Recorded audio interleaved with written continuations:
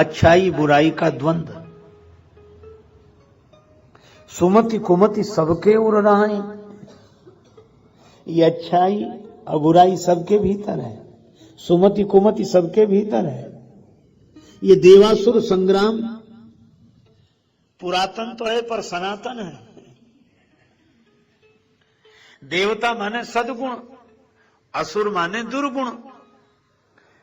सदगुण सुरगन अंब अदिति, मानस में कहा सदगुण ही देवता है और असुर माने दुर्गुण। अच्छा, आप विचार करके देखें तो ये सदगुणों और दुर्गुणों का युद्ध तो सदा से होता रहा है, ये द्वंद्व चलता ही रहता है। अच्छा, दिन रात चलता है, चलता ही रहा है। पर एक यह भी विचित्र बात है कि देवता हार जाते थे, राक्षस जीत जाते थे। और यदि हम लोग अपने जीवन को देखें तो जीवन में भी तो यही घटनाएं घट रही हैं। हमारे सद्गुण हमारे ही दुर्गुणों से हार जाते हैं। क्रोध आता है तब बोध का पता नहीं लगता कहां चला गया। हमारा क्रोध हमारे बोध को पराजित कर देता है, हमारा आवेश हमारे संयम को पराजित कर देता है। जीवन का भी तो यही सत्य है। अच्छा, आप इस पर अगर गंभीरता से विचार करें कि क्यों हारते हैं सद्गुण और दुर्गुण क्यों जीत जाते हैं, एक ही कारण है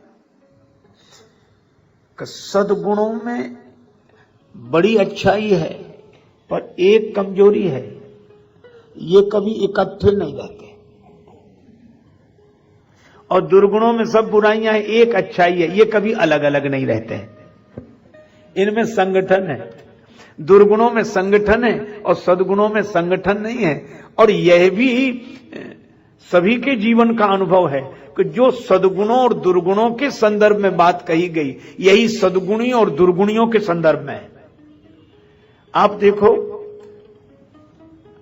अपने यहां अच्छे लोगों की कमी नहीं है। अच्छा, बुरे लोग उतने नहीं होते जितनी संख्या अच्छे लोगों की होती है। बुरे लोग तो उंगलियों पर गिने जा सकते हैं, अच्छे लोग ज्यादा हैं। लेकिन क्या कारण है कि थोड़े से बुरे लोग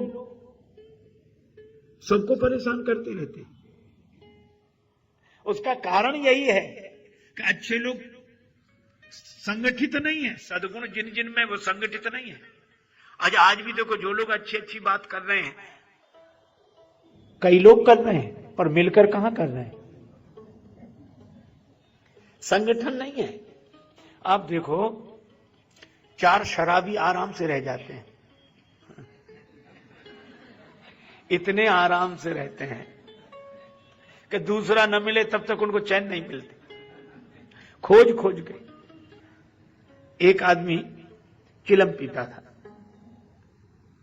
तो वो चिलम पीने लगे तो कई लोग इकट्ठे हो जाएं। तो मैंने उससे कहा कि तुम पीते हो तो वैसे तो पीना अच्छा नहीं, और पीते हो तो अकेले ही पिया करो, इतनों को काहे को बिगाड़ते हो, ये सब इकट्ठे होते हैं। तो उसने कहा कि महाराज, आप पीते नहीं हो इसलिए आपको पता नहीं, मजा ही नहीं आता इतने लोगों के बिना। उनका संगठन है। 4 जुआरियों को, 4 शराबियों को, गंजेड़ी भंगेड़ियों को आप इकट्ठा रख सकते हैं, 4 को इकट्ठा रख सकते हैं, पर 2 विद्वानों को इकट्ठा नहीं रख सकते। और उसका कारण केवल इतना, मैं बहुत बार सोचता रहा कि अगर विद्वान संगठित हो जाएं, साधु संगठित हो जाएं तो कितना अच्छा, अच्छे लोग सब संगठित हो जाएं, पर होते नहीं। मैं बहुत बार सोचता रहा कि क्यों ऐसा होता है, तो उत्तर मुझे एक ही समझ में आया कि शराबियों को गालियां मिलती हैं, जुआरियों को गालियां मिलती हैं, निंदा होती है, और विद्वानों की, संतों की पूजा होती है। और यह मानवीय दुर्बलता है कि निंदा आदमी मिलकर भोगना चाहता है और प्रशंसा अकेले ही पाना चाहता है। गाली मिले तो सबको मिले और प्रशंसा हो तो केवल हमारी हो। प्रशंसा हो तो केवल हमारी हो। एक गुण आता है दूसरा जाने लगता है। उदाहरण के लिए जैसे सत्य और शील, सत्य भी गुण है और शील भी गुण है, पर शील है दूसरे के हृदय का ख्याल रखना, भावना को देखना कि इसे बुरा न लगे, शील है। और सत्य कहता कि लगे तो लगे। हा? आपने सत्य बोला कि शील गया, और किसी का शील रखोगे तो सत्य गया। ये इकट्ठे ही नहीं रहते। सत्य कहता है शील को रखो तो हमें छोड़ो, और शील कहता है हमें रखना है तो सत्य को छोड़ो। ये इकट्ठे नहीं रहते, सद्गुण इकट्ठे नहीं रहते। अच्छा, और विकार इकट्ठे रहते हैं। आप देखो, काम विकार है, कामना, चलो कामना, इच्छा विकार है। मन के में उत्पन्न होने वाले एक विकार का नाम काम है, कामना है। कामना उत्पन्न हुई और इसमें विघ्न पड़ा, क्रोध को बुलाना नहीं पड़ा। क्रोध ने नहीं कहा कि तुम ही निपटो, हम काहे को आए, पर क्रोध कहता तुम चिंता मत करो, हम तो साथ ही हैं, तुम्हें छेड़े तो कोई जरा। और कामना में विघ्न पड़ा तो क्रोध आ गया। अच्छा चलो, विघ्न नहीं पड़ा, कामना पूरी हो गई तो लोभ आ गया। कामना पूरी हो जाए तो लोभ, और कामना पूरी ना हो तो क्रोध। कितना संगठन है इसमें, इनमें इतना संगठन है। ध्यायतो विषयान पुंसः संगस्ते सुपजायते संगात संजायते कामः कामात् क्रोधो विजायते क्रोधात् भवति सम्मोहात् सम्मोहात् स्मृति विभ्रमः स्मृति भ्रंशात् बुद्धिनाशो बुद्धिनाशात् प्रणश्यति। गणित है ये, एक आएगा तो दूसरा आ ही जाएगा। एक बुराई एक को बुला लेगा, दूसरा आए बिना रह नहीं सकता। अच्छा, एक अद्भुत बात है, एक बुराई बुलाओ तो दूसरी बुराई आए बिना रह नहीं सकती, और एक गुणी को बुला लो दूसरा गुणी ठहर नहीं सकता। हो, मैंने कहानी सुनी थी, एक राजा के यहां दो विद्वान गए, बड़े पंडित, बड़े विद्वान। राजा ने बड़ा उनका स्वागत सत्कार किया, पर राजा भी व्यवहारिक आदमी था, अनुभवी व्यक्ति था। एक विद्वान स्नान के लिए गए, तब उसने दूसरे विद्वान से, पंडित जी से कहा कि महाराज आप तो बड़े योग्य, बड़े विद्वान दिखाई दे रहे हैं, और समझ में आ रहा है कि आप बहुत योग्य हैं, ये आपके साथ जो है वह भी आपकी तरह विद्वान होंगे। अरे बोले, कहेगा विद्वान, घोड़ा है वो तो हम उसको साथ लिए घूमते हैं कि एक से दो भले। बड़ा अच्छा। अब वो आकर बैठा, अब ये गए स्नान करने, तो राजा ने, राजनीतिक आदमी, उनसे भी वही पूछा कि आप तो बड़े योग्य विद्वान प्रतीत हो रहे हैं, ये जो आपके साथ हैं ये भी तो विद्वान होंगे, आपसे थोड़े कम होंगे। अरे बोले, कम? विद्वान का बैल है, पर एक से दो भले, इसलिए साथ रहो। राजा बोला ठीक। अब जब दोनों तैयार हो गए, राजा ने कहा चलिए भोजन के लिए। दोनों बड़ी उत्सुकता से गए भोजन के लिए। राजा ने एक के सामने भूसा रख दिया, दूसरे के सामने घास, शुरू करो। तो दोनों बोले कि हम लोगों का अपमान ये क्या? राजा बोला क्षमा करें, परिचय तो आपसे ही मिला है। ये कह रहे थे कि वो घोड़ा है और ये कह रहे थे कि वो बैल है, तो बैल के सामने भूसा, घोड़े के सामने घास, शुरू करो। और ये कहानी संकेत क्या करती है कि अगर प्रतिभावान लोग एक दूसरे की निंदा में पड़े रहेंगे, अच्छे लोग अगर एक दूसरे के विरोध में पड़े रहेंगे, तो समाज से आप क्या आशा करते हैं? भूसा और घास ही मिलेगा और कुछ नहीं मिलने वाला है।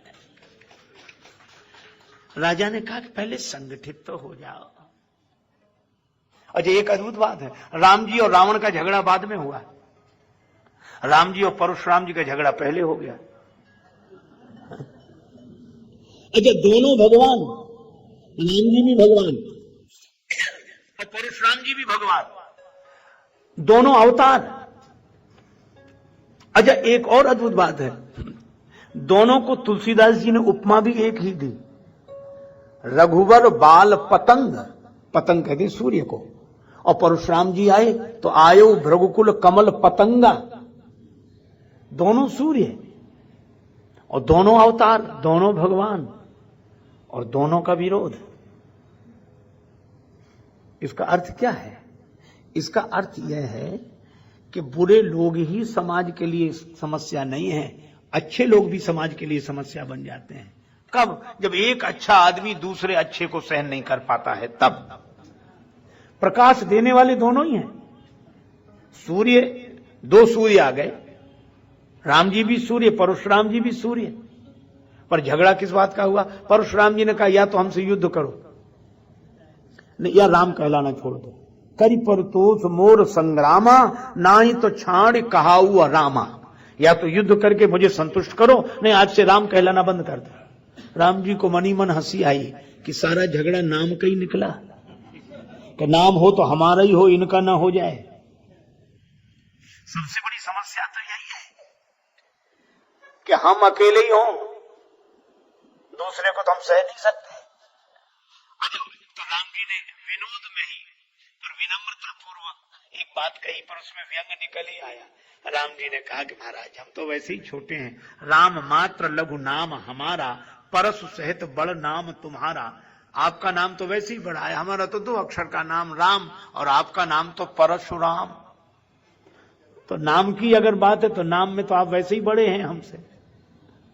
अच्छा, अब इसमें व्यंग क्या था कि राम तो दोनों ही हैं, परशुराम जी का नाम भी राम है, लेकिन उन्होंने फरसा धारण किया तो फरसे को अपने नाम से जोड़ लिया तो हो गए परशुराम। जब उन्हें नाम रखने की यही शैली होती तो राम जी भी कह सकते थे कि तुम परशुराम तो हम धनुषराम, धनुष तो हमारे पास भी है।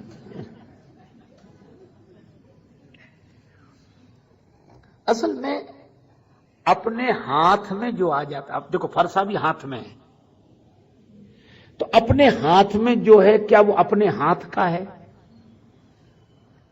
अपने हाथ में दिया गया है पर अपने हाथ का नहीं है। अगर हाथ का होता तो चलता, पर चला नहीं। बहाई ना हाथ, दहाई ऋषि छाती। हाथ चले तब तो फरसा चले।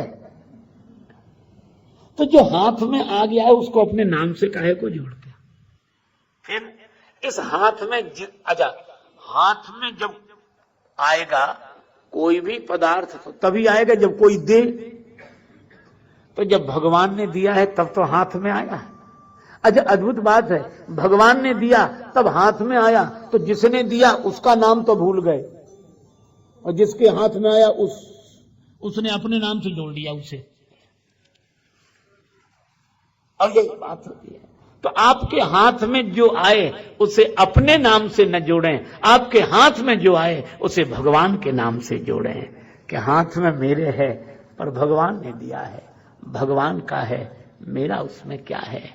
अच्छा, वैसे भी देखो श्वास, इससे ज्यादा तो कोई अपने नजदीक नहीं होगा, और श्वास तो हमसे इतना अभिन्न है कि हम हैं तो श्वास है तो हम हैं।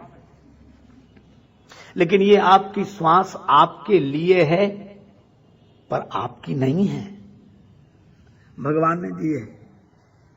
और भगवान ने एक काम तो इतना किया कि आदमी कहीं इतना न सोचने लगे कि सब मेरा, तो सोचे श्वास भी मेरी। हालांकि कहता यही है, मैं जब तक मेरी श्वास चल रही, जब तक मेरी श्वास चल रही है तब तक मेरी श्वास। अच्छा, आप सोचो अगर श्वास अपनी होती तो जब मन होता तब लेते, जब मन होता तब नहीं लेते। कहते आज तो इतवार है, छुट्टी का दिन, नहीं ले रहे। पर ऐसा कोई कर सकता कि श्वास ना ले? वो लेनी ही पड़ेगी। आप सोचो, नहीं तो कोई कहता भी कि श्वास क्यों नहीं ले रहे हो? हमारी श्वास हम ले या ना ले, तुम्हें क्या परेशानी?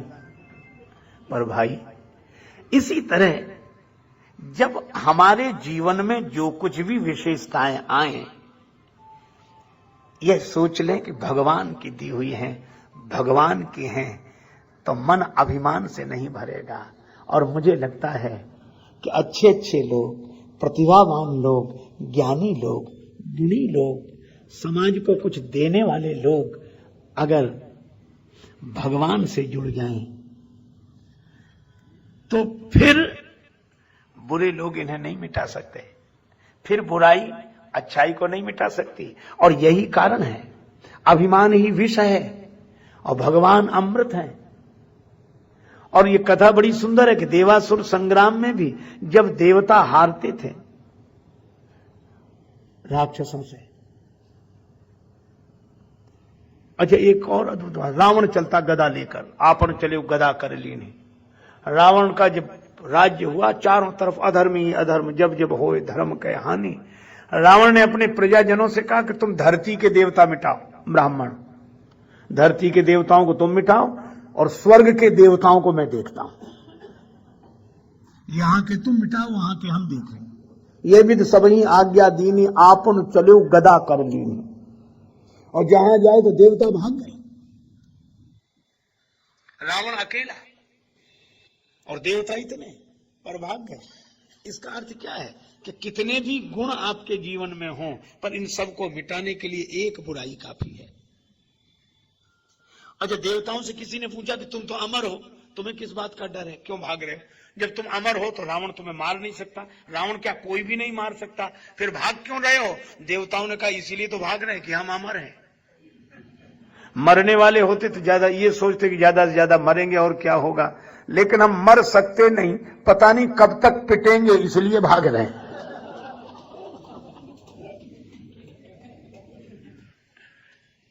तो हमारी पौराणिक जो कथाएं हैं वे भी बड़ी सांकेतिक है।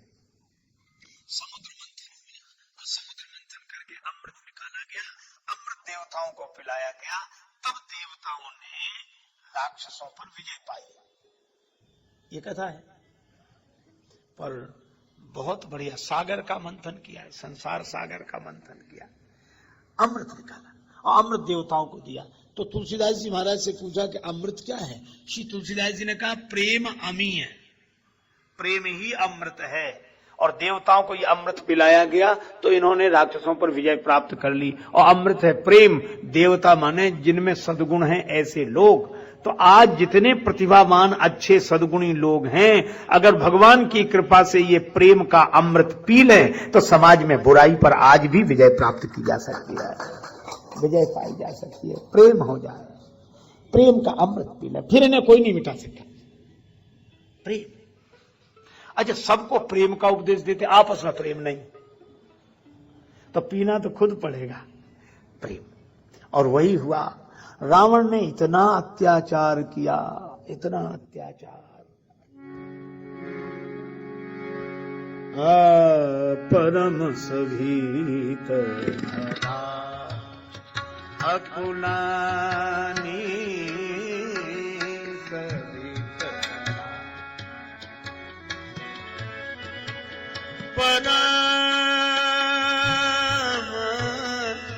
सभीत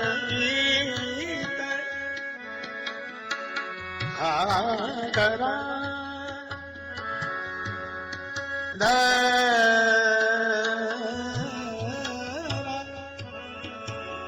धरा पुरानी परम अकुलानी परम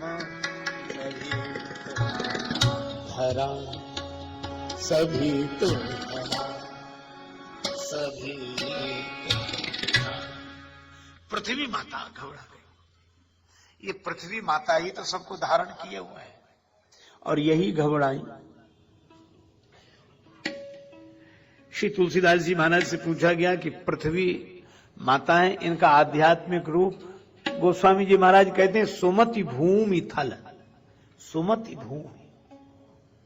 जब जब समाज पर अत्याचार होता है तो सुमति घबराती है, विचारवान लोग दुखी होते हैं, बुद्धिजीवी दुखी होते हैं कि अब क्या समाधान है। जब बुराई इस तरह सफल हो रही हो अच्छाई पर, क्या गांवों में गीत न कोई, क्या गांवों में गीत न कोई, है उदास मन की शहनाई, बजता है संगीत न कोई, क्या गांवों में गीत न कोई। आश्वासन सब लगते हैं छूछे, आश्वासन सब लगते हैं छूछे, मेरा मन मुझसे ही पूछे, अनाचार पर सदाचार की क्या होगी अब जीत न कोई। क्या गाऊं मैं गीत न कोई। जो दिन हमने सुने हैं, जिन दिनों के बारे में सुना है, क्या वे दिन हमें देखने को नहीं मिलेंगे? बुद्धिजीवी परेशान होता है, लेकिन तब एक ही आसरा है, एक ही सहारा है। वह क्या? पृथ्वी माता ने कहा कि पहले सब विचारवान संगठित हों। गौ रूप धारण किया। पृथ्वी माता ने धेनु रूप धरी, हृदय विचारी। अब बहुत अद्भुत शब्द का प्रयोग किया। पृथ्वी माता ने हृदय में विचार करके, समाज पर जब ऐसा संकट आवे तब विचार, इसलिए नहीं कि हम अपने विचारों से लोगों को प्रभावित कर सकें, विचार पूरी हार्दिकता से होना चाहिए, हृदय विचार। क्या सचमुच हम चाहते हैं कि ये अनाचार रुके, अत्याचार रुके? एक आदमी गिर गया गड्ढे में, पांव फिसल गया, दुर्बल आदमी था, बाहर निकल नहीं पा रहा था, बिना किसी की सहायता के लोग निकलते जा रहे थे। एक ने कहा देखो बेचारा गिर गया। दूसरा क्या बोला, देख के नहीं चलते गिरेंगे। तो तीसरा बोला इसे निकल, अरे अपने को इतनी कहां फुर्सत भाई, चलो छुट्टी का दिन होता तो रुक भी जाते, आगे बढ़ गए। दूसरा बोला जैसा करे वैसे हो गए, कोई नहीं निकाला, अपने अपने विचार दे रहे थे। वो बेचारा दीन दुखी गरीब गड्ढे में पड़ा आदमी हरेक की ओर आशा भरी दृष्टि से देखता था, क्योंकि इन लोगों के पास बौद्धिकता थी, हार्दिकता नहीं थी। चलो उसने कहा कोई तो हृदयवान आएगा जो हमारी पीड़ा को पीड़ा समझेगा।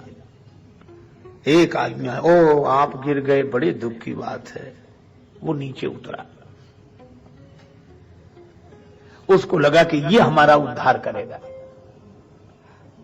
पर वो जैसे ही पहुंचा, गड्ढे में पड़े हुए आदमी ने कहा कि बड़ी कृपा, आप हमारे लिए गड्ढे में उतर कर आए, आप हमें बाहर निकालेंगे इसलिए आए, उद्धार करना चाहते हैं, बड़ी कृपा।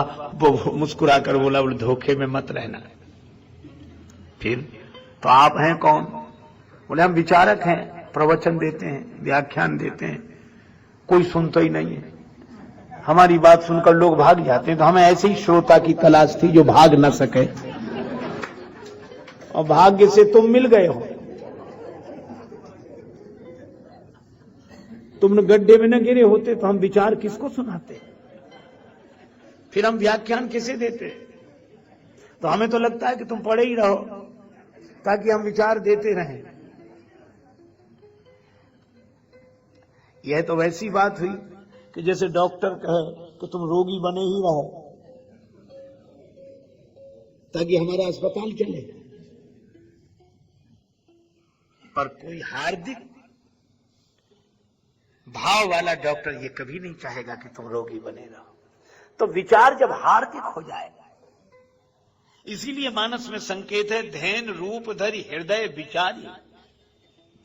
और जब किसी को पीड़ा होती है हार्दिकता से, तो सबके हाथ जोड़ता है कि भैया सब इकट्ठे हो जाओ, क्या हो रहा है ये। पृथ्वी माता सबके पास गई, गौ रूप धारण करके गई। गौ रूप धारण करने का अर्थ असहाय, मैं असहाय, आप सब सहायता करो। सुर मुनि गंधर्वा, देवता मुनिजन गंधर्व सब मिलकर। और इसका अर्थ यह है कि जब ऐसी प्रतिकूल परिस्थिति निर्मित हो, जहां अच्छाई पर बुराई की जीत हो रही हो, बोध पर क्रोध विजय पा रहा हो, तब सबको संगठित हो जाना चाहिए। यह रामचरितमानस की कथा का सूत्र है। अच्छा, सब इकट्ठे होकर गए कहां? सुर मुनि गंधर्वा मिलिकर सरवा गे बिरंची के लोका। सुर मुनि गंधर्वा मिलिकर सरवा गे बिरंची के लोका। संग तनुधारी भूमि विचारी परम विकल भय शोभा।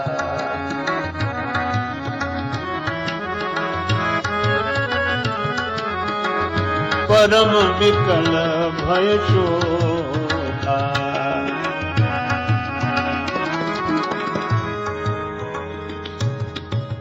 अब ब्रह्मा जी बुद्धि के देवता हैं, सरस्वती जी के स्वामी हैं, और कितना सुंदर संकेत है। ऐसी स्थिति में जब अधर्म बढ़ जाए तो सबको मिलजुल कर संगठित होकर जो अपने से वरिष्ठ बुद्धिजीवी हैं उनके पास जाना चाहिए कि आप कोई निदान बताओ। वृद्धों के पास जाओ, जिनके पास अनुभव है उनके पास जाओ। अच्छा, ब्रह्मा जी के पास गए तो ब्रह्मा जी ने यह नहीं कहा कि आना पड़ा यहां, हमारे अलावा कोई समाधान दे नहीं सकता। पर ब्रह्मा जी ने कितना सुंदर संकेत किया। ब्रह्मा जी ने कहा कि देखो, बुद्धि की बड़ी महिमा है,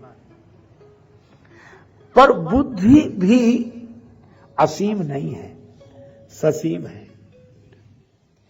शरीर में सिर सबसे ऊपर है, शरीर की दृष्टि से सिर सबसे ऊपर है, पर संसार की दृष्टि से सिर सबसे ऊपर नहीं है। तो सिर सबसे ऊपर है इसको तो माने, पर सिर के ऊपर भी कोई है, अब उसे याद करें, वही एक समाधान है और कोई समाधान नहीं।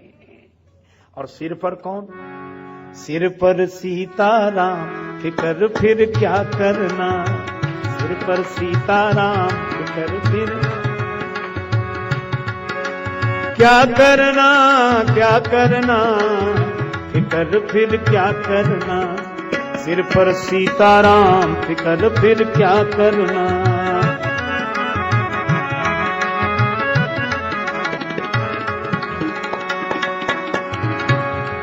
तेरे बिगड़े बनेंगे काम, फिकर फिर क्या करना। बिगड़े बनेंगे काम, फिकर फिर क्या करना। फिकर फिर क्या करना। पितु रघुवर श्री जानकी मैया, पितु रघुवर श्री जानकी मैया। फिर क्यों परेशान हो भैया, फिर क्यों परेशान हो भैया। कटेंगे कष्ट तमाम, फिकर क्या करना।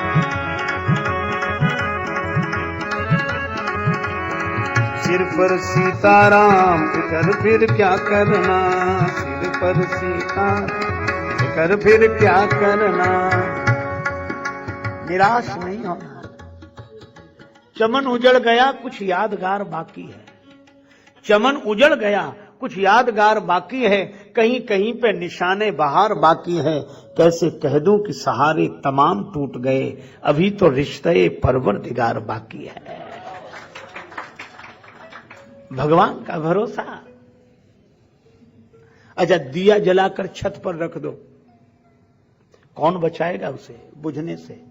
लेकिन खुली छतों के चिराग कब के बुझ गए होते। कोई तो है जो हवाओं के हाथ थामे हैं। हवा हमारे हाथ में नहीं है, लेकिन हवा किसी के हाथ में तो है। जीवन का मैंने सौंप दिया सब भार तुम्हारे हाथ में। हम में तुम में बस भेद यही, हम नर हैं तुम नारायण हो। हम में तुम में बस भेद यही, हम नर हैं तुम नारायण हो। हम हैं संसार के हाथों में, संसार तुम्हारे हाथों में। इसलिए सिर से ऊपर भगवान। और जब अकल काम न करे, बुद्धि हार जाए। अच्छा देखो, हारा हुआ गिर जाता है। अखाड़े में खड़ा हुआ आदमी जब हारता है तो नीचे गिर जाता है। तो मुझे तो लगता है कि ये सिर जब जब हार जाए तो इसे हरि के चरणों में गिरा देना चाहिए। हार गया, अकल काम नहीं कर रही है, बुद्धि समर्पित और भगवान के चरणों में। तो ब्रह्मा जी ने क्या कहा? ब्रह्मा सब जाना मन अनुमाना, मोर कछु न बसाई। ब्रह्मा जी ने कहा कि मेरा भी अब कोई बस नहीं है, क्योंकि हमारे तो 4 ही सिर हैं, जो अत्याचार कर रहा है उसके 10 हैं। हम जितना सोचते हैं उससे ज्यादा मिटाने की युक्तियां जानता है। अच्छा, बनाने वाले के 4 सिर और मिटाने वाले के 10, क्या करोगे?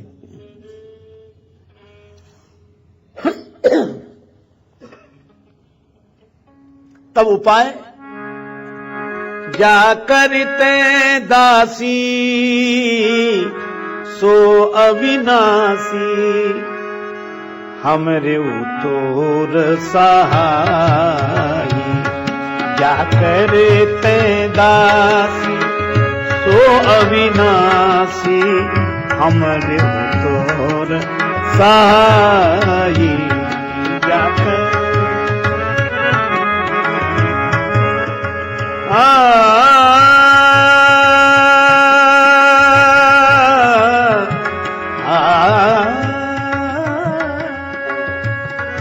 क्या करते दासी सो अविनाशी, हमरे उतोर साही। क्या करते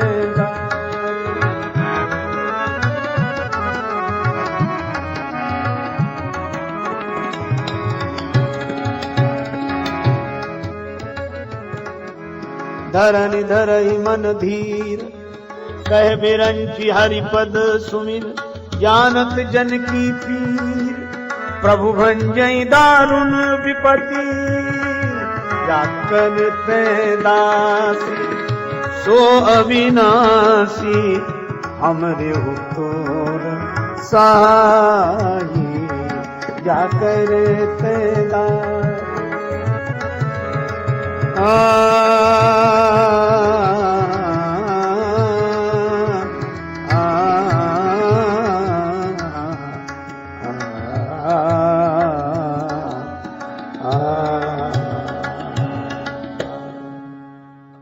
ब्रह्मा जी ने कहा, भगवान का आश्रय लो, भगवान को पुकारो। और यह एक साधनात्मक सूत्र भी मिल गया। जब हमारे मन की अच्छाइयों पर बुराइयां विजय पाने लगे, तब भगवान को ही पुकारना चाहिए। प्रभु, मैं समझता था कि सद्गुणों के बल पर सब कुछ हो जाएगा, पर सद्गुण भी आपकी कृपा से ही कार्य करते हैं। सद्गुणों को भी आपकी शक्ति चाहिए। जब आप जरा सोचना, हनुमान जी महाराज अतुलित बलधामम हैं, कोई संदेह नहीं। सकल गुण निधानम है, कोई संदेह नहीं। पर सुग्रीव जी के साथ शुरू से रहे, पर जब बाली ने सुग्रीव को मारपीट करके भगाया, निकाला, अच्छा थोड़ा बहुत नहीं मारा, रिपुसम मोह मारे सी अति भारी। मेरे बड़े भाई ने शत्रु की तरह मुझे बहुत मारा, मेरा सब छुड़ा लिया। और सूर्य भगवान ने हनुमान जी से यही कहा कि क्या चाहते हो? हनुमान जी ने कहा, गुरुदेव आपने ज्ञान दिया है, दक्षिणा बताओ। कहा कि दक्षिणा यही है कि मेरे अंश से वानरों में सुग्रीव जी का जन्म हो रहा, तुम उनकी रक्षा करना, उनके साथ रहना। और हनुमान जी इसी उद्देश्य से आए हैं और इतने दिन से हैं। आप सोचिए, जब बाली से सुग्रीव पिटते रहे, सुग्रीव भगाए गए, तो हनुमान जी कहीं बाहर गए थे? आप सोचो, हनुमान जी वहीं थे कि नहीं? और सुग्रीव को भगाया तो हनुमान जी चलो साथ साथ, एकांत में चलो, एकांत में। अब इसका अर्थ आप यह मत लगा लेना कि हनुमान जी से कुछ नहीं बनता, बेकार हम लोग हनुमान जी की पूजा बंद कर दें और पाठ करें। यह नहीं। श्री तुलसीदास जी महाराज से किसी ने पूछा कि हनुमान जी साथ बने रहे और सुग्रीव की दुर्दशा होती रही, सुग्रीव दर दर भागते रहे और हनुमान जी साथ है, सुग्रीव पिटते रहे, हनुमान जी साथ हैं, सुग्रीव जी परेशान रहे और हनुमान जी साथ है, क्यों? क्या सकल गुण निधानम कुछ नहीं कर सके? तुलसीदास जी ने एक दोहा लिखा कि यह प्रसंग केवल एक शिक्षा देने के लिए है और हम लोग भी इस शिक्षा को स्वीकार कर लें। क्या? तुलसी राम सुदीठते सबे होत बलवान। हनुमान जी को जब तक राम जी नहीं मिले तब तक हनुमान जी ने कुछ नहीं किया। क्यों? श्री सीता जी का हरण करके रावण ले जाता रहा तो भी तो हनुमान जी थे वहां वानरों के संग, और सीता माता ने राम राम कहा, राम पुकारी हमई देख दीनिस पट डारी। चलो सुग्रीव नहीं गए तो हनुमान जी ही जाते। पर तुलसीदास जी कहते हैं यह कथा केवल इतना ही संदेश देती है कि तुलसी राम सुदीठते सबे होत बलवान, बाली बैर सुग्रीव सो कहा कियो हनुमान। और इससे प्रेरणा क्या लें कि सकल गुण निधानम भी तब तक कुछ नहीं कर सके जब तक राम जी का पदार्पण नहीं हुआ। तो ये कथा केवल इतनी ही शिक्षा देती है कि हमारे सद्गुण भी कुछ नहीं कर सकते जब तक कि भगवान का पदार्पण हृदय में नहीं होगा, भक्ति पूर्वक भगवान नहीं हो सकेगा। इसीलिए भक्ति की आवश्यकता है। केवल गुणों से काम चल जाता तो प्रार्थना की जरूरत क्या थी? लेकिन फिर मैं यह भी नहीं कह रहा हूं कि सद्गुणों की कोई जरूरत ही नहीं। कुछ लोगों ने इसका यह अर्थ लगा दिया कि फिर सद्गुणों की क्या जरूरत, भगवान सब करेंगे, भगवान सब करेंगे। नहीं, भगवान ने उन्हीं हनुमान जी से कराया सब। तो सद्गुण तो बड़े जरूरी हैं, तो सद्गुणों को तो अपने जीवन में लाना ही है, लेकिन सद्गुणों का अभिमान से मत जोड़ना। सद्गुण तब काम करेंगे जब सद्गुणों को आप भगवान से जोड़ेंगे। तो केवल प्रार्थना नहीं, सद्गुण भी साथ हो। पृथ्वी माता अकेली नहीं गई, सुरमुनि गंधर्वा मिलकर सर्वा, और पृथ्वी माता सुमति। तो सुमति संपन्न कौन? जो ऐसी विपत्ति के काल में सब सद्गुणों को इकट्ठा करके बुद्धिजीवी ब्रह्मा जी के पास जाए कि इतने सद्गुण होते हुए भी यह हो रहा है, इतने मुनि हैं, इतने महात्मा हैं, इतने ऋषि हैं, तो कहीं ऐसे न कहने लगा कि काय के ऋषि मुनि, वो तो सब झूठे थे, रावण सफल होता रहा तो कोई ऋषि मुनि कुछ नहीं कर सका।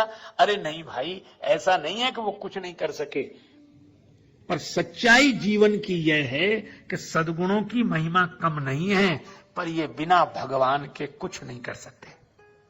जैसे पंखा हवा देता है, बल्ब प्रकाश देता है, तो पंखा बेकार है क्या? अगर बेकार होता तो हवा कैसे देता है ना? लेकिन यह सही है कि पंखा हवा तो दे सकता है पर बिना बिजली के नहीं। अच्छा, बिजली आने पर हवा पंखा ही देगा। अगर बिजली हवा दे पाती तो बिजली तो सब जगह थी, क्यों नहीं दे पा रही? तो हवा तो पंखा ही देगा, लेकिन बिजली से जुड़ने पर। बस ठीक इसी तरह कल्याण तो हमारे जीवन का हमारे सद्गुण ही करेंगे, पर भगवान से जुड़ने पर। यह जीवन का सत्य है। हमारी करुणा, दया, अहिंसा भगवान से जुड़ जाए। और वही ब्रह्मा जी भी यही कह रहे हैं कि जब सद्गुण भी कुछ न कर पा रहे हो तो भगवान से जुड़ना चाहिए। यही जीवन का सत्य है। तो क्या करें? ब्रह्मा जी बोले भगवान को पुकारो, प्रार्थना करो। अब तो लो अवतार दया निधि, अब तो लो अवतार,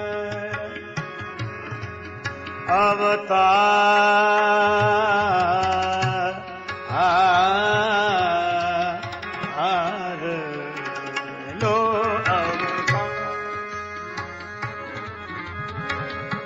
प्रबल हुआ है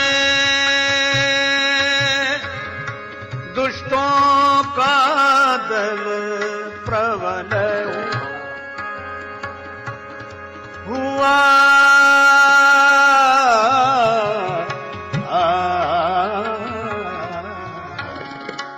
प्रबल हुआ है दुष्टों का दल, शीघ्र करो संहार। दयानिधि अब तो लो अवतार, अब तो लो अवतार।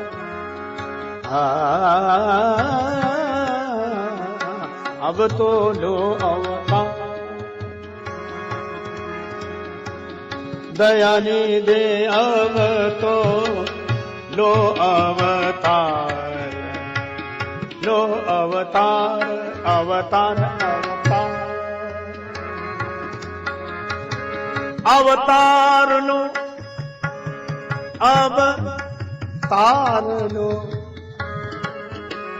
अवतार लो, अवतार लो, तार लो अवतार।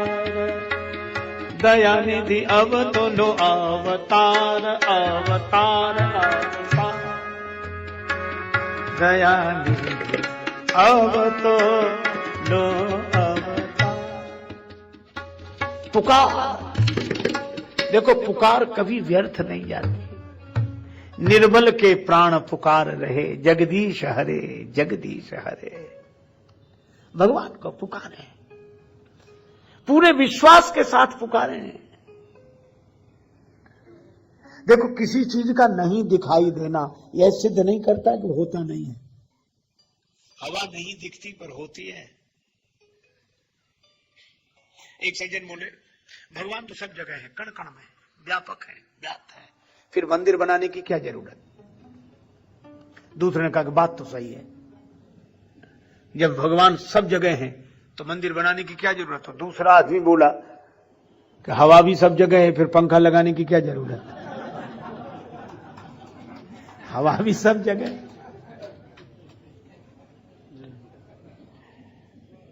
सब जगह रहने वाली हवा पंखे के माध्यम से मिलने लगती है, हालांकि पंखा हवा नहीं है। अच्छा, और एक और बात, यह नहीं कि पंखे से मिलने वाली हवा वहीं हो, सब जगह ना हो। इसी तरह परमात्मा सब जगह है, इसलिए आपका जहां मन हो वहां पुकारो। वहीं पंखा लगा लो, हवा सब जगह है। आप जहां पंखा लगाते हैं वहीं हवा लगने लगती है। इसी तरह परमात्मा सब जगह है, आप जहां पुकारने लगते हो वहीं उसका अनुभव होने लगता है। जहां पुकारने लगे वहीं उसका अनुभव होने लगता है। अच्छा देखो, मुंबई वालों को दिल्ली पाना हो तो यहां से जाना पड़ेगा वहां, और दिल्ली वालों को मुंबई पाना हो तो वहां से यहां आना पड़ेगा, क्योंकि मुंबई में दिल्ली नहीं है, दिल्ली में मुंबई नहीं है। और अगर धरती पाना हो तो सब जगह, फिर वहां जाने की क्या जरूरत है, यहां है ही। और उनके पास भी धरती, धरती तो सब जगह है। ये बात अलग है कि सब जगह रहने वाली को भी, धरती को भी कोई सब जगह वाली न माने। एक बार दो आदमियों में विवाद हो गया, एक बोला धरती गोल है, दूसरा बोला चपटी है। एक बोला यार लिखा है सब जगह, पढ़ाते हैं अध्यापक धरती गोल है। बोला लिखा होगा, हमें तो साफ दिख रही चपटी है। अब दोनों में विवाद हो गया, तो तीसरे आदमी से पूछा कि धरती गोल है कि चपटी, तुम बताओ। बोला हम यहाँ के रहने वाले नहीं, यहीं वालों से पूछो। मतलब ये वहां से आया है जहां धरती है ही नहीं। इसलिए भाई, जैसे धरती सब जगह है, आकाश सब जगह है, वायु सब जगह है, तो बिना दिखने वाली वायु पर हम भरोसा करते हैं। इसी तरह नहीं दिखने वाले परमात्मा पर भी भरोसा करना चाहिए। वह सब जगह है, निश्चित सब जगह है।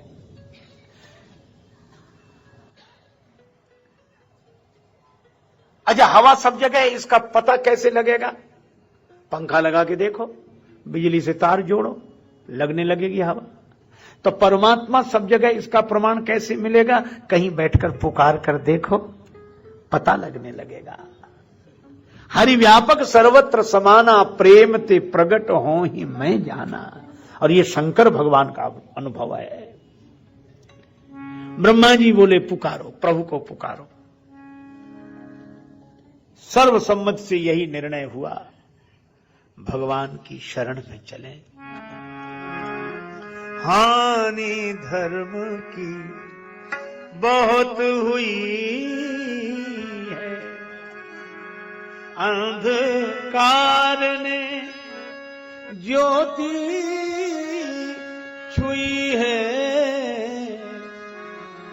पृथ्वी पर अवतार लीजिए, कर निज वचन प्रमाण, प्रार्थना सुनिए श्री भगवान, प्रार्थना सुनिए श्री भगवान, प्रार्थना सुनिए श्री भगवान।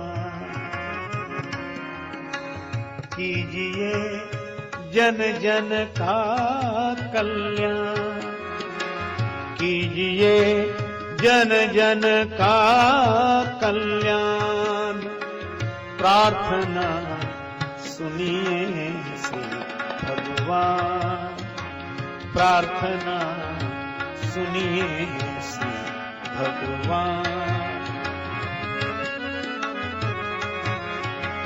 आज भूमि जन भूमि दुखारी, आज भूमि जन भूमि दुखारी, वाणी वीणा शरण तुम्हारी। आज भूमि जन भूमि दुखारी, वाणी वीणा शरण तुम्हारी, वाणी वीणा शरण तुम्हारी।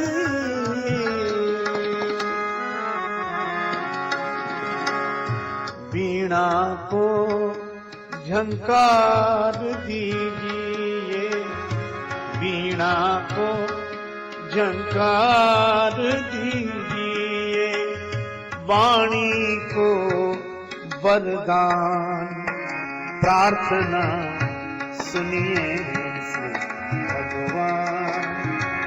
कीजिए जन जन का कल्याण, प्रार्थना सुनिए श्री भगवान, प्रार्थना सुनिए श्री भगवान। श्री भगवान श्री भगवान। प्रार्थना इसके लिए सर्वसम्मति से स्वीकृति है, सबने स्वीकार किया प्रार्थना को। भगवान की प्रार्थना, अस्तो मां सद्गमय तमसो मां ज्योतिर्गमय, मृत्योर मां अमृतम गमय। पृथ्वी पर अत्याचार हो रहा है, हमारी सुमति पर अत्याचार हो रहा है, हे भगवान आप उबारे। यह भाव बड़ा अच्छा है, प्रार्थना अवश्य करनी चाहिए, लेकिन प्रायः ऐसा होता है कि प्रार्थना तो शुरू हो नहीं पाती, झगड़े पहले शुरू हो जाते। योजनाएं अपने अच्छी अच्छी बनती हैं, पर अच्छी योजनाएं लागू होने के पहले झगड़े पहले शुरू हो जाते हैं। अरे प्रार्थना करनी थी, ठीक है, पर झगड़ा प्रार्थना को लेकर नहीं हुआ। प्रार्थना तो सब स्वीकार कर रहे हैं, लेकिन झगड़ा इस बात का है कि प्रार्थना कहां करें। एक गांव में दो दल केवल इसलिए बन गए कि रामलीला कहां हो। वो तो कहते हैं कि हो तो हमारे मोहल्ले में हो, नहीं तो दूसरे मोहल्ले में हम देखने ही नहीं जाएंगे। अब इनके लिए रामलीला नहीं, मोहल्ला महत्वपूर्ण है।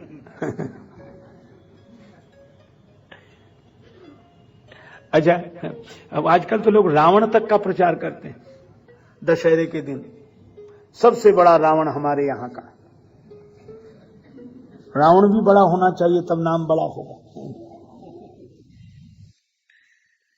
प्रार्थना करनी है भाव से भरो, भेद से नहीं। प्रार्थना करनी है तो भाव से भरो, भेद से नहीं।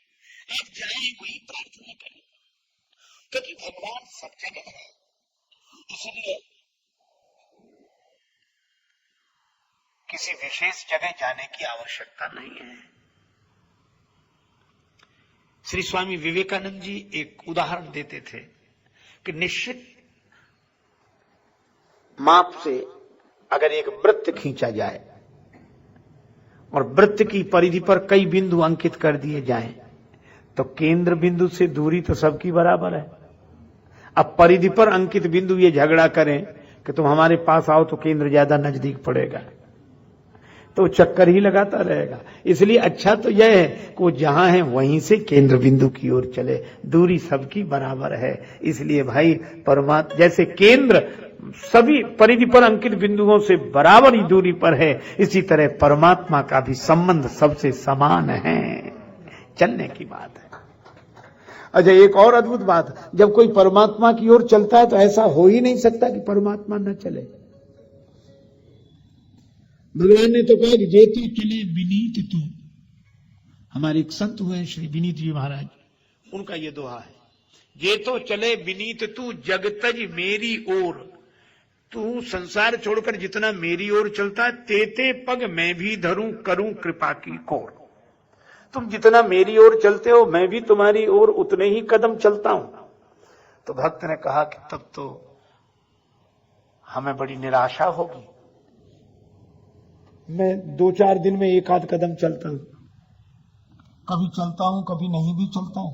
अरे भगवान, इसी हिसाब से अगर आप मेरी ओर चलेंगे तब तो मेरा भला कभी हो ही नहीं सकेगा। भगवान ने कहा उदास मत हो, जे तो चले विनीत तू जगतज मेरी ओर, तेते पग मैं भी धरूं करूं कृपा की कोर। तो एक चरण तेरो परे मम हित चित पे छूछ, और मेरो चरण बढ़ाई वो राजा बलि से पूछ। कदम तो उतने ही चलूंगा, लेकिन नहीं, जब कदम बढ़ाऊंगा, चरण बढ़ाऊंगा, तो राजा बलि से पूछो किस तरह कदम बढ़ाता हूं। हाँ, इसलिए कहा कि पुकारो, अब सब झंझट छोड़कर पुकारो। ये स्थान तय करने में ही समय नष्ट कर दोगे। झगड़ा होने लगा। पूर्वे कुंठ जाने कहे को, पूर्वे कुंठ जाने को कहे पय निधि, बस प्रभु सो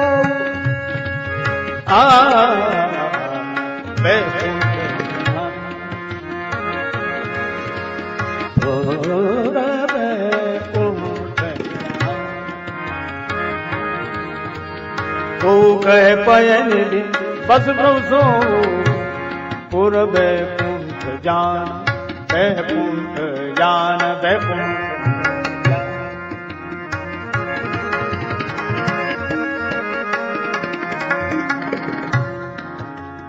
पूर्वे कुंठ जान कह को बहन बस सो, पूर्वे कुंठ जान, पूर्वे कुंठ जान, पूर्वे कुंठ जान।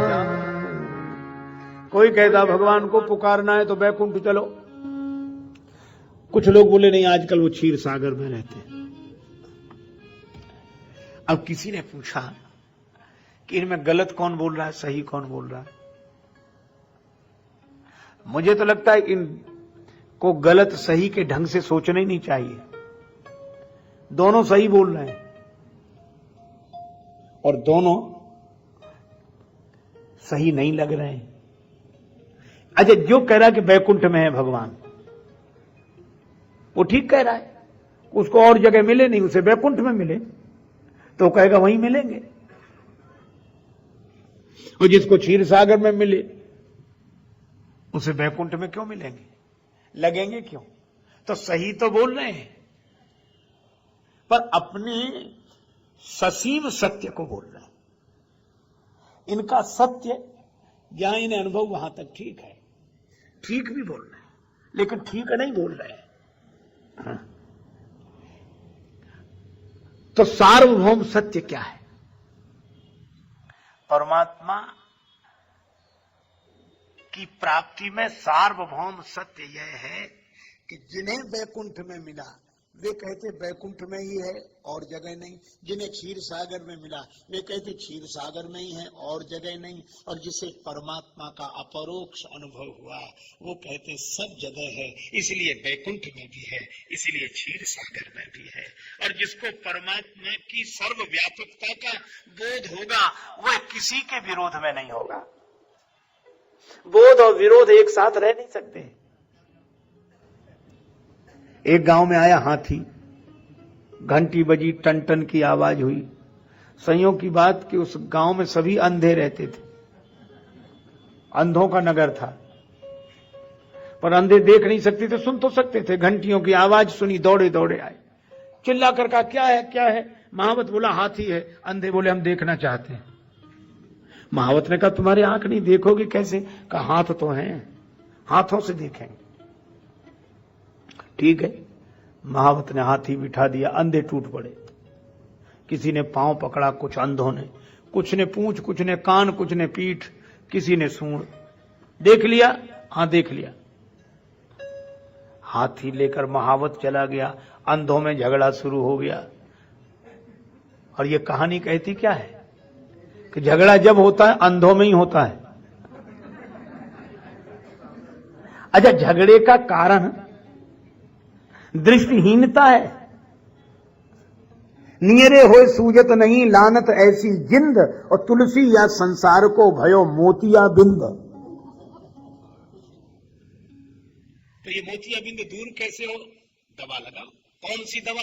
गुरुपद रज मृदु मंजुल अंजन नयन अमीय दृग दोष विभंजन। तो झगड़ा होता ही अंधों में, और अंधत्व के कारण ही हुआ। अब कठिनाई यह हुई कि महावत तो हाथी लेकर गया, पर जितने अंधों ने हाथी का पांव पकड़ा था उन्होंने हाथी के बारे में धारणा बनाई कि हाथी गोल खंभे की तरह होता है। पूंछ पकड़ने वाले बोले गलत, पतली लाठी की तरह होता, उसके आगे बाल होते। पीठ पकड़ने वाले बोले नहीं, गोल चबूतरे की तरह होता है। सूंड पकड़ने वाले बोले खुरदुरे पेड़ की तरह, नीचे पतला ऊपर मोटा। कान पकड़ने वाले बोले अनाज साफ करने वाले सूप की तरह होता, छाजड़े की तरह होता। अच्छा, अब आप बताओ कौन आदमी इनमें सही बोल रहा है? कोई सही नहीं बोल रहा, लेकिन पीछे तो कौन गलत बोल रहा है? अच्छा, जिसके हाथ में जितना आया उसने उसी तरह की धारणा बना ली। अच्छा, आज जितनी भी समस्या है धारणा के कारण है, अपनी अपनी धारणा में जी रहे हैं। और इसीलिए एक समस्या हो गई। अब जितने पांव वाले थे, जिन्होंने हाथी का पांव पकड़ा था, वो पूंछ वालों से नहीं बोलते थे। पूंछ वालों ने पांव वालों से बोलना बंद कर दिया। सूंड वालों का अलग संप्रदाय बन गया, कान वालों का अलग, पीठ वालों का अलग। इतने दल बन गए। अब एक दल हो तो दल, और दो तीन दल हो तो दल दल। इस दलदल से निकलना मुश्किल। और सब कह रहे थे। दूसरा कहता कि नहीं भाई, ऐसा कैसे माने, हमने खुद अपने हाथ से देखा है। अब जिसके हाथ जितना ही लग गया, अच्छा जिसके हाथ जितना लगा उसको ही उसने पूर्ण समझ लिया, यही विडंबना।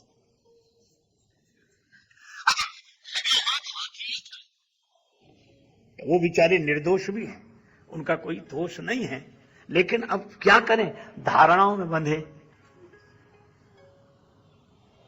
अब अलग अलग दल बन गए, कोई किसी से बोलता नहीं था, एक समूह अलग, एक समूह अलग। तो कुछ अंधे मौजूद नहीं थे उस समय जब हाथी आया था, वो बाद में आए। उन्होंने देखा कि हमारे गांव में क्या हो गया, इतने प्रेम से रहते थे हम लोग। किसी ने कहा कि हाथी आया था, उससे ये विवाद हुआ। तो वो अंधे बोले कि इससे तो हम तभी मजे में थे जब हाथी हमारे गांव में नहीं आया था, ये हाथी ने तो और उपद्रव कर दिया। समाधान क्या? कुछ लोग बोले कि महावत कह गया था कि 4 दिन बाद लौट कर आएंगे, प्रतीक्षा करो। लौट कर आया, फिर घंटियां बजी, हाथी के आगमन की सूचना मिली, अंधों को दौड़े। महावत ने कहा क्या बात है, हाथी देखना चाहते हो तो तुमने तो उसी दिन देख लिया था। अंधे बोले उसी देखने ने तो उपद्रव पैदा कर दिया, तो क्या बात है? एक ने कहा कि हाथी गोल खंबे की तरह होता है। महावत बोला हाँ वैसा भी है। पूंछ पकड़ने वाले बोले वो पतली लाठी की तरह नहीं होता जिसके आगे बाल लगे होंगे, वैसा भी है।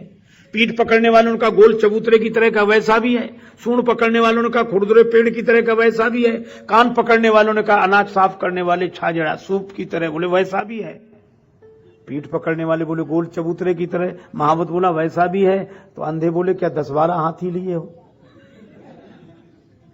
महावत बोला हाथी तो एक ही है। तो एक ही अनेक जैसा क्यों लग रहा है? महावत ने कहा इसका उत्तर हम तुम्हें नहीं दे सकेंगे, क्योंकि इसका उत्तर दिया नहीं जा सकता, इसे तो देखा ही जा सकता है। तो आंखों का इलाज कराओ तो तुम्हें अनेक में एक दिखने लगेगा। आंखों का इलाज कराओ तो अनेक में एक दिखेगा, और आंखें अगर खराब रही तो एक में ही अनेक का भ्रम होगा, और अनेक का भ्रम होगा तो झगड़ा शुरू होगा, झंझट शुरू होगा।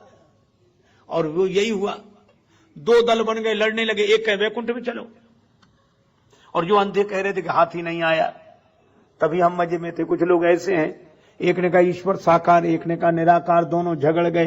तीसरा बोला कि जिसको लेकर इतना झगड़ा होता हो तो न साकार न निराकार, बेकार। इसको तो अपनी अपनी सोच, झगड़ गए। अच्छा अब एक बात और है, झगड़ा वहां शुरू हो गया जहां सदगुरु थे। सदगुरु कौन? शंकर भगवान। तुम त्रिभुवन गुरु वेद बखाना। पार्वती माता ने कहा कि हे देवादिदेव महादेव, आप थे तो भी झगड़ा होता रहा। सुना तो यह कि सदगुरु मिलने से झगड़ा खत्म हो गया, पर आप वहां थे, झगड़ा शुरू हो गया। आपने कुछ क्यों नहीं कहा? उनको समझाते, कुछ बोलते। शंकर जी ने कहा कि ये झगड़ने वाले किसी की सुनते कहां हैं? जब कोई अभिमान से जुड़ा हो तो किसी दूसरे की सुनता नहीं है, बल्कि ऐसे में उन्हें रोको तो और जोश आता है। 2 आदमी झगड़ रहे हो, एक को रोक लो, फिर देखो पहले से ज्यादा जोश आएगा उससे। छोड़ दो छोड़ दो।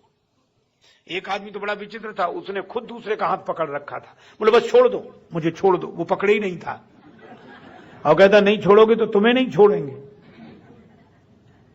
शंकर जी कह रहे थे कि भाई मैं प्रतीक्षा कर रहा था। क्या? बोले थोड़ा अभिमान का जोश ठंडा हो, फिर मैं कुछ कहूं। ते समाज गिरिया में रहे हूं, ते समाज गिरिया, समाज गिरिया में,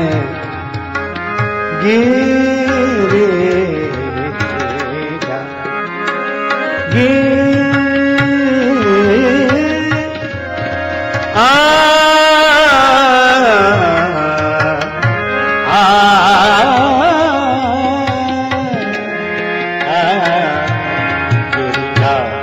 में रहे ते ही समाज,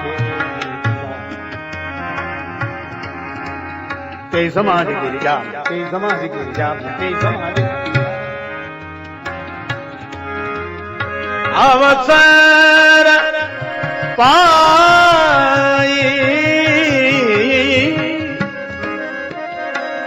बचन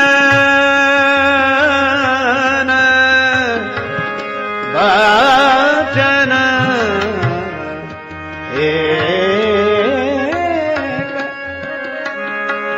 बचन एक कहूं,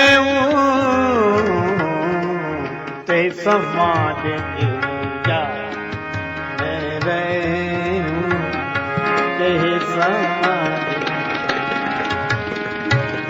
रहूं, ते समाज गिरिजा में, समाज गिरिजा, समाज गिरिजा, समाज गिरिजा,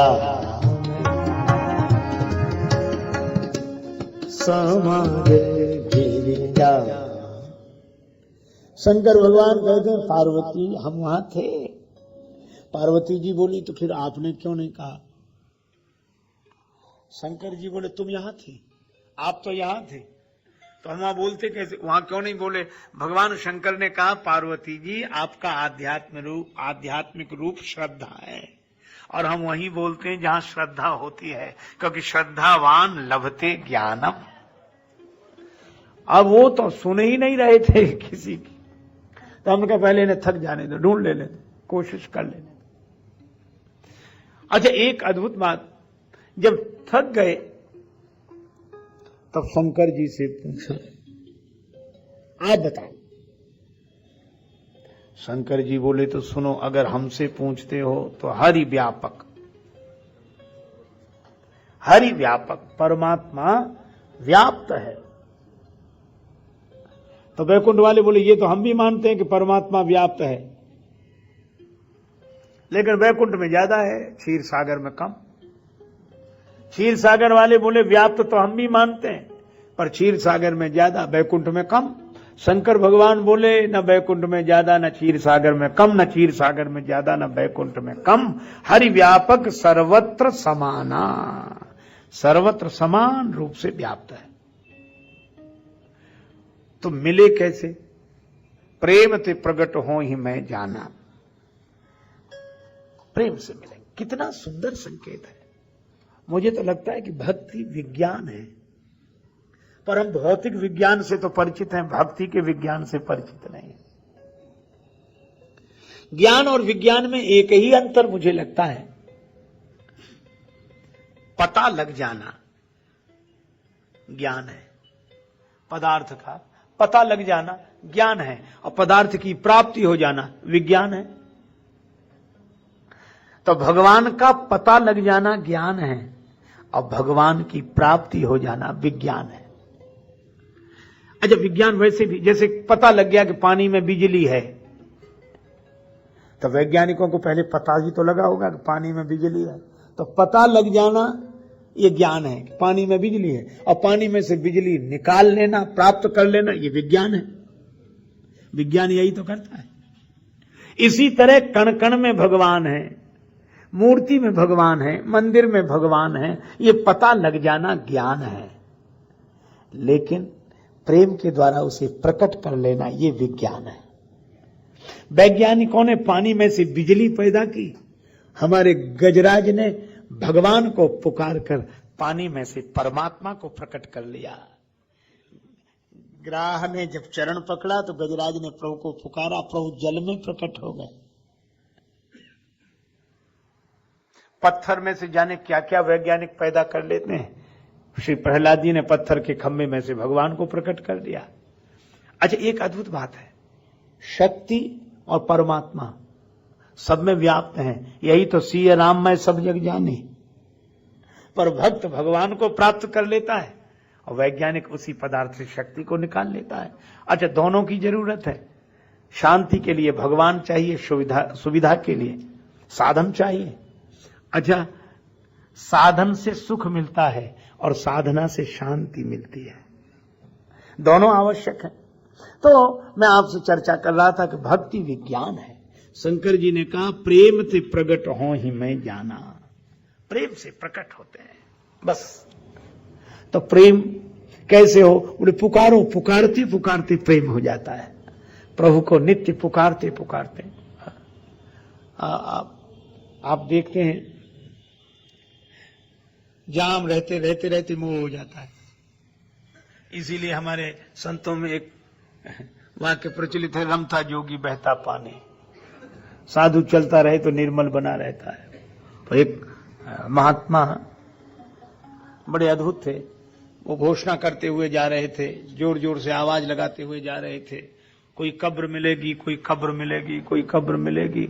तो एक सत्संगी सेठ जी थे, वो भी दरवाजे पे आके खड़े हो गए, बोले कोई मुर्दा मिलेगा, मुर्दा मिलेगा। तो महात्मा खड़े हो गए, मुर्दा तो ये रहा। सेठ जी बोले चलो कब्र बताएं। वो अपने बड़े आलीशान मकान के पिछवाड़े एकांत में कोठरी थी, बिल्कुल निर्जन में कोठरी। सेठ जी बोले ये रही कब्र। महात्मा बोले ठीक है तुम जाओ। उसके भीतर चले, किवाड़ बंद कर ले। सेठ जी ने कुछ नहीं पूछा, कौन हो, कहां से आए हो, क्या मुर्दे का क्या परिचय, और साधु ने भी नहीं पूछा कुछ।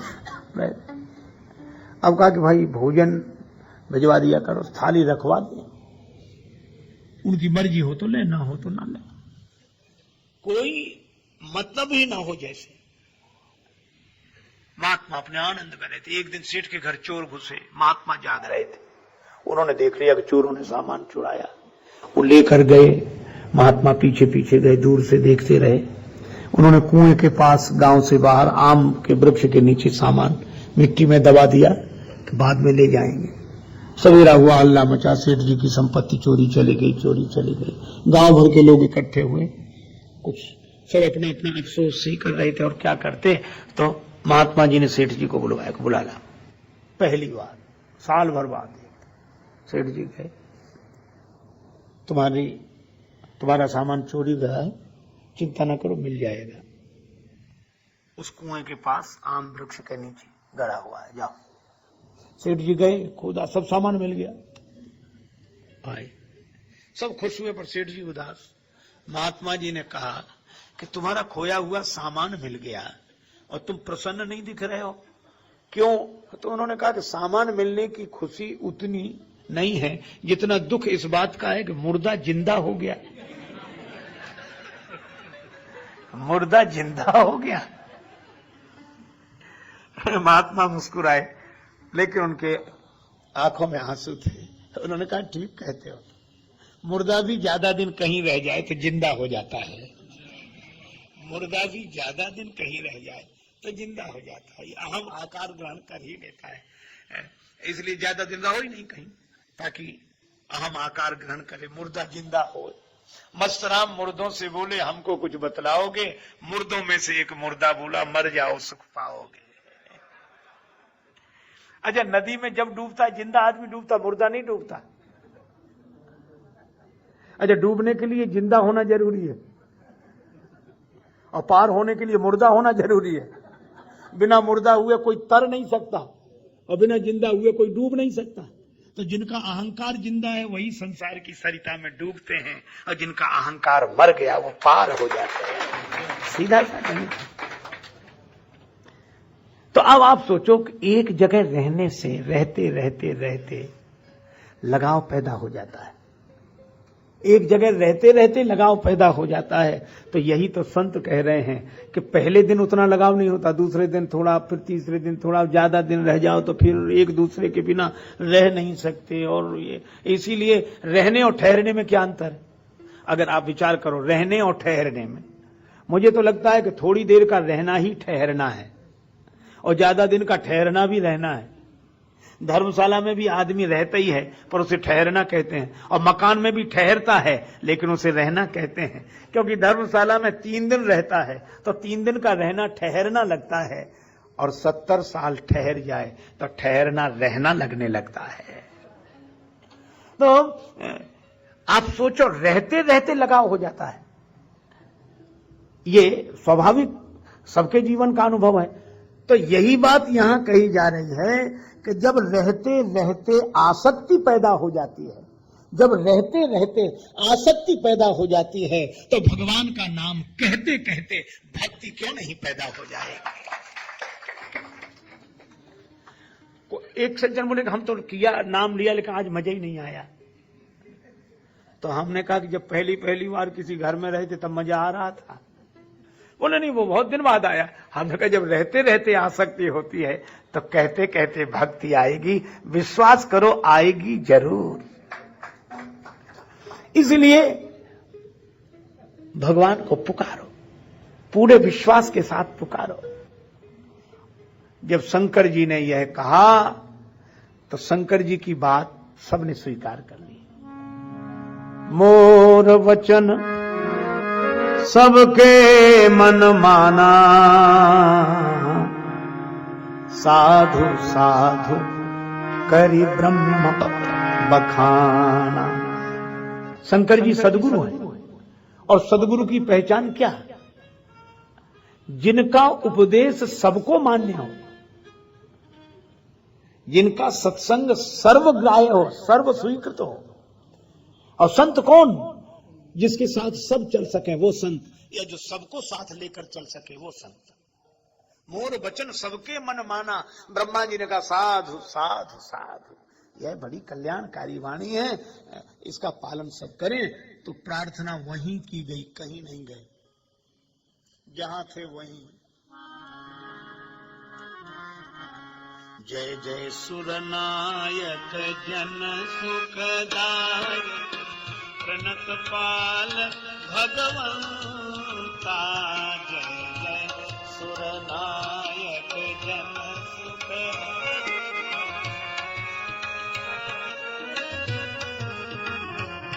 गोद्विज हितकारी जय असुरारी, सिंधु सुता प्रियकांता। गोद्विज हितकारी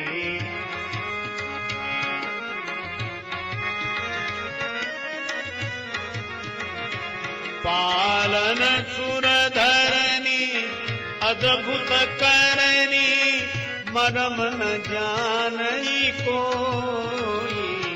पालन सुरधरनी, अद्भुत करनी, मरम न जानई कोई। जो सहज कृपाला दीन दयाला, सहज कृपाला दीन दयाला, करो अनुग्रह सोई। जो सहज कृपाला दीन दयाला।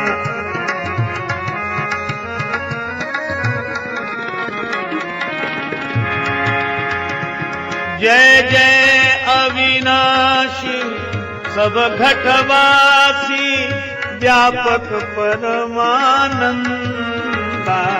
जय जय अविनाशी सब घटवासी, व्यापक परमानंदा। अविगत कोटितम चरित पुनीतम, माया दहि मुकुंदा। अविगत कोटितम चरित, अविगत कोटितम चरित पुनीतम, माया दहि मुकुंदा। जय जय अविनाशी सब घटवासी, जय जय अविनाशी सब घट सब घट सब घट वासी।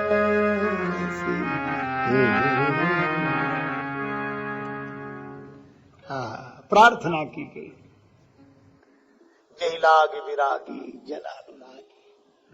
देखो, विगत मोह मुनि वृंदा, निशिवासर ध्यावहि, गुण गण गावहि। वे भगवान हम पर कृपा करें, कृपा करें, कृपा करें। हृदय की पुकार भगवान सुनते हैं। और वही हुआ, गगन गिरा गंभीर भई, हरन शोक संदेह। आकाशवाणी हुई, डरो मत, निर्भय हो जाओ। जनि डर पहु मुनि सिद्ध सुरेशा, तुम्हें लाग धरी हो नरवेशा। अच्छा देखो, अद्भुत बात, भगवान मनुष्य रूप में अवतार ले रहे हैं। क्यों? 12 रूप में आए, नरसिंह रूप में आए, कच्छप रूप में आए, मीन रूप में आए, वामन रूप में आए, परशुराम रूप में आए। ये सभी रूपों की सार्थकता है। अच्छा, जैसा रोग वैसी औषधि। पर राम जी मानव रूप में क्यों आए? क्योंकि समस्या दानवता की है, समस्या उत्पन्न दानव ने की है। तो दानवता को मिटाने के लिए एकमात्र उपाय मानवता ही है। इसलिए दानव के अत्याचार से पृथ्वी को मुक्त करने के लिए भगवान मानव बनकर आए। मानव। महाराज रावण बड़ा अत्याचार कर रहा है, बहुत बड़ा परिवार है उसका, और 3 भाई हैं,